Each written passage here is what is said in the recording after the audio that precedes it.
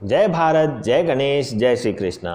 प्रिय दर्शकों, तुला लग्न और तुला राशि वाले जातक कौन सा रत्न धारण करें जिससे उनके जीवन में उन्नति हो, तरक्की हो, मान सम्मान बढ़े, भाग्य बढ़े और उन्हें सरकारी नौकरी का भी लाभ मिल सके।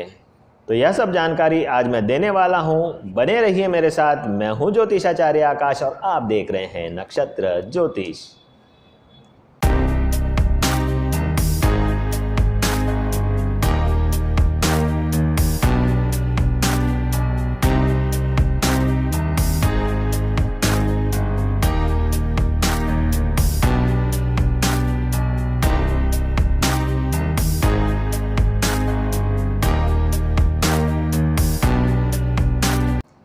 शुरू करते हैं प्रथम भाव से। प्रथम भाव आपकी आरोग्यता का भाव है, आपके शारीरिक सुख का भाव है, साथ ही साथ यह आपको मान सम्मान भी दिलाएगा। तो इन सब चीज़ों को बढ़ावा देने के लिए, उन्नति करने के लिए आप लोग हीरा रत्न बिल्कुल धारण कर सकते हैं। तुला लग्न और तुला राशि वाले जातक हीरा रत्न या फिर फिरोजा और ओपल रत्न भी धारण कर सकते हैं। आते हैं द्वितीय भाव पर। द्वितीय भाव का स्वामी हो जाता है मंगल, राशि हो जाती है वृश्चिक। द्वितीय भाव यानी कुटुंब का भाव आपका और परिवार का भाव, साथ ही साथ आपका बैंक बैलेंस का भाव। मारक भाव भी है, यह भी ध्यान रखिए, और शुक्र का शत्रु भी है मंगल। तो इसका रत्न धारण सोच समझ के करना चाहिए, अन्यथा ना करे तो ज़्यादा उचित रहेगा, क्योंकि मारक भाव का स्वामी है मंगल। जब उग्र हो जाता है तो दुर्घटनाएं दे देता है, रक्त विकार दे देता है, और कहीं ना कहीं तुला लग्न वाले जातक अगर मंगल को प्रबल करते हैं तो उनका जो गुस्सा है वह बहुत ही ज़्यादा हो जाता है, या फिर वह किसी के साथ कुछ भी घटनाएं भी कर सकते हैं, क्योंकि मंगल उग्रता का कारक है और मारक भाव का भी स्वामी है। उच्च के मंगल वाले एथलीट भी होते हैं, रेसलर भी होते हैं, मार धाड़ में भी आगे रहते हैं। तो यह सब कंडीशंस देखने के उपरांत ही बताया जा सकता है कि आप लोग मूंगा रत्न धारण करें या ना करें। वैसे भी तुला लग्न तुला राशि वाले जातक मूंगा रत्न ना धारण करें तो ही उचित रहेगा। पैसे के खर्च हो रहे हैं, व्यय ज़्यादा हो रहा है, हॉस्पिटलाइजेशन हो रहा है, यह सब चीज़ों को भी अगर कंट्रोल करना है तो मंगल के जो उपाय हैं वो करें, मंगल का रत्न धारण ना करें। आते हैं तृतीय भाव पर। तृतीय भाव में आ जाती है धनु राशि, इसका स्वामी हो जाता है गुरु। अगर आपका व्यवहार या आप परेशान हो रहे हैं अपने पड़ोसी से, या आपको लिखने में दिक्कत आ रही है, आपकी समझ थोड़ी सी कमज़ोर हो रही है, तो गुरु दशा या अंतरदशा में आप पुखराज रत्न धारण कर सकते हैं, वह भी 3 कैरेट तक का। उससे ज़्यादा ना धारण करें तो उचित रहेगा। साथ ही साथ तृतीय भाव होता है छोटे भाई बहनों का, तो उनसे अगर संबंध बिगड़ रहे हैं तब भी आप धारण कर सकते हैं। वह कंडीशंस देखनी पड़ेगी कुंडली में कि भाई गुरु का प्लेसमेंट कहाँ है, कहीं अस्त तो नहीं हो गया।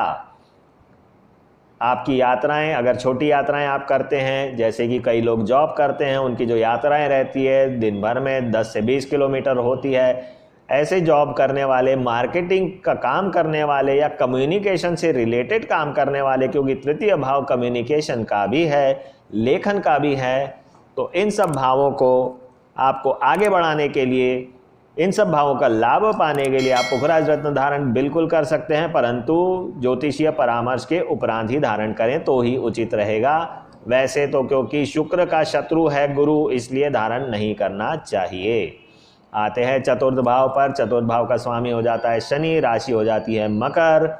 आपको वाहन, भूमि, जमीन जायदाद, इन सब का लाभ पाना है, एजुकेशन का लाभ पाना है, घर में सुखी रहना है, तो इन सब चीज़ों के लिए आपको नीलम रत्न बिल्कुल धारण कर लेना चाहिए। नीलम रत्न आपके लिए बहुत उपयुक्त है, क्योंकि यह अब पंचम भाव जो आगे आने वाला भाव है उसका भी स्वामी हो जाता है, केंद्र और त्रिकोण भाव का स्वामी है। तो शनि के पास बहुत ही अच्छे डिपार्टमेंट्स है तुला लग्न और तुला राशि वालों के लिए। तो नीलम रत्न बिल्कुल धारण कर लें, परंतु ज्योतिषीय परामर्श के अनुसार। और साथ ही साथ अगर शनि कहीं भी मंगल के साथ कनेक्टेड हो और 6, 8, 12 में हो तो भी सोच समझ के धारण करना है, ब्लाइंडली धारण नहीं करना, क्योंकि शनि का रत्न नीलम बहुत फटाफट रिजल्ट देता है। कभी कभी निगेटिव रिजल्ट भी बहुत मिलते हैं, तो सोच समझ के धारण करना है। आते हैं पंचम भाव पे। पंचम भाव पे आ जाती है शनि की कुंभ राशि। पंचम भाव रोमांस का भाव, सिनेमा का भाव, आपके शौकों का भाव, जो आप शौक रखते हैं। तुला राशि और तुला लग्न वाले के जो शौक रहते हैं वो थोड़े से लग्जरियस ओरिएंटेड रहते हैं, लग्जरी ओरिएंटेड इनके सारे शौक रहते हैं, छोटे मोटे शौक नहीं रहते हैं। तो उसमें कहीं वह शौक व्यसन ना बन जाए, इस चीज़ का भी ध्यान रखना पड़ता है। कहीं मंगल से कनेक्टेड होगा तो व्यसनी हो जाएगा, और राहु और केतु के साथ हो गया तो और ज़्यादा व्यसनी हो जाते हैं, जो आउट ऑफ कंट्रोल हो जाते हैं। तो इन सब चीज़ों का ध्यान एक ज्योतिषी को रखना पड़ता है कि कौन सा रत्न आपके लिए बेनिफिशियल होगा, लाभदायक होगा। तो आप नीलम रत्न धारण करें। जैसे मैंने पहले ही कहा है, आपको आर्ट में इंटरेस्ट है, आप अगर डांसिंग में इंटरेस्ट लेते हो, आप अगर सिंगिंग में इंटरेस्ट लेते हो, आपको किसी प्रकार भी इन सब चीज़ों में इंटरेस्ट है जो लग्जरियस है, टूर्स एंड ट्रैवल्स का काम है, तो इन सब चीज़ों में आपको लाभ देगा शनि का रत्न नीलम, बिल्कुल आप धारण करें। आते हैं छठे भाव पे। छठा भाव जो है वह रोग का है, ऋण का है, शत्रुओं का भाव है, परंतु कंपटीशन में सक्सेस वाला भी भाव है। तो इन सब चीज़ों को कंसिडर करना पड़ता है। अगर आप कॉम्पिटिटिव एग्ज़ाम में सक्सेस नहीं पा रहे हो, आप बैंकिंग की एग्ज़ाम दिए जा रहे हो, आप टीचर की एग्ज़ाम दिए जा रहे हो, सरकारी नौकरी के लिए प्रयास कर रहे हो, फिर भी नहीं हो पा रहा है, तब ही पुखराज रत्न, वो भी अगर गुरु की दशा और अंतरदशा चल रही हो तभी धारण करना चाहिए, अन्यथा बिल्कुल आप धारण ना करें। आते हैं सप्तम भाव पे। सप्तम भाव का स्वामी हो जाता है मंगल, राशि हो जाती है मेष। सप्तम भाव विवाह का भाव, पार्टनरशिप का भाव, साथ ही साथ यह एग्रीमेंट्स का भी भाव होता है, बिजनेस का भी भाव होता है। तो यह सब भाव में अगर आप लाभ चाहते हैं या आपको दिक्कतें आ रही है, वैसे तो मूंगा रत्न नहीं धारण करना है क्योंकि यह मारक भाव का भी स्वामी है, पर अगर कुछ समस्याएं आ रही है तो 3 कैरेट तक का आप मूंगा रत्न धारण कर सकते हैं। लेडीज़ों को अगर समस्याएं चल रही है, खासकर गायनेकोलॉजिकल प्रॉब्लम्स अगर चल रही है, तो फिरोज़ा रत्न बिल्कुल धारण कर सकती हैं। और कभी कभी मूंगा रत्न 2 से 3 कैरेट का भी पहनाया जा सकता है, परंतु वह मोती के साथ पहनाया जाता है।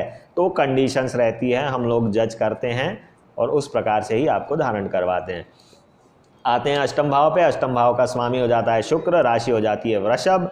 आपको जैसा पहले ही बताया जा चुका है, अष्टम भाव क्योंकि इनहेरिटेंस का भाव है, गेन विदाउट पेन का भाव है, तो यह चीज़ को ध्यान रखना है। अगर आपको कहीं से पैसा मिलने वाला है और वह फंसा हुआ है, तब आप धारण कर सकते हैं। जैसे कि कई लोगों की ग्रेचुइटी फंस जाती है, कई लोगों का पीएफ बिल्कुल एकदम से नहीं निकल पाता, सही तरीके से काम नहीं हो पाता, तो वैसी कंडीशन में आप धारण कर सकते हैं शुक्र का रत्न, हीरा या फिर फिरोज़ा और ओपल, तीनों में से कोई सा भी रत्न आप धारण कर लें तो आपके लिए उचित रहेगा।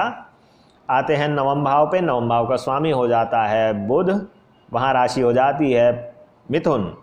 नवम भाव भाग्य भाव, पिता का भाव, यात्राओं का भाव, हायर एजुकेशन का भाव, इन सब चीज़ों के लिए अति उत्तम रत्न रहेगा आपके लिए पन्ना।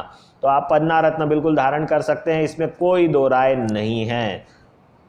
आते हैं दशम भाव में। दशम भाव का स्वामी हो जाता है चंद्रमा, कर्क राशि हो जाती है। दशम भाव आपका कार्य क्षेत्र, आपका मान सम्मान और बहुत सारे ऐसे डिपार्टमेंट लिए हैं जो आपके कर्म से संबंधित है। अगर आपके कर्म में स्थिरता नहीं हो पा रही है क्योंकि चंद्रमा व उस भाव का स्वामी भी है, तब आप चंद्रमा की दशा अंतरदशा में मोती रत्न धारण कर सकते हैं, अन्यथा इसको धारण करने का कोई औचित्य कहीं नहीं बनता है। आते हैं लाभ भाव में। लाभ भाव का स्वामी हो जाता है सूर्य, राशि हो जाती है सिंह।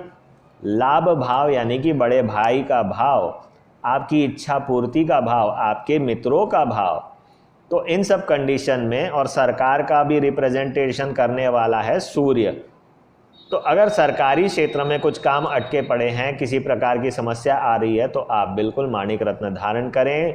ध्यान रखना है सूर्य की दशा अंतरदशा में ही धारण करना है, ये लाइफ टाइम स्टोन नहीं रहेगा।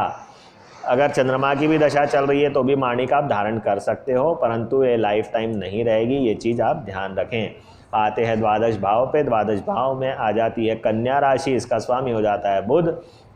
अगर आपके वीज़ा में कोई समस्या आ रही है, आपकी विदेश यात्रा में समस्या आ रही है, आप बार बार हॉस्पिटलाइज हो रहे हो, आपके व्यय अधिक हो रहे हैं, तो इन सब चीज़ों को कंट्रोल करने के लिए आप पन्ना रत्न बिल्कुल धारण कर सकते हैं।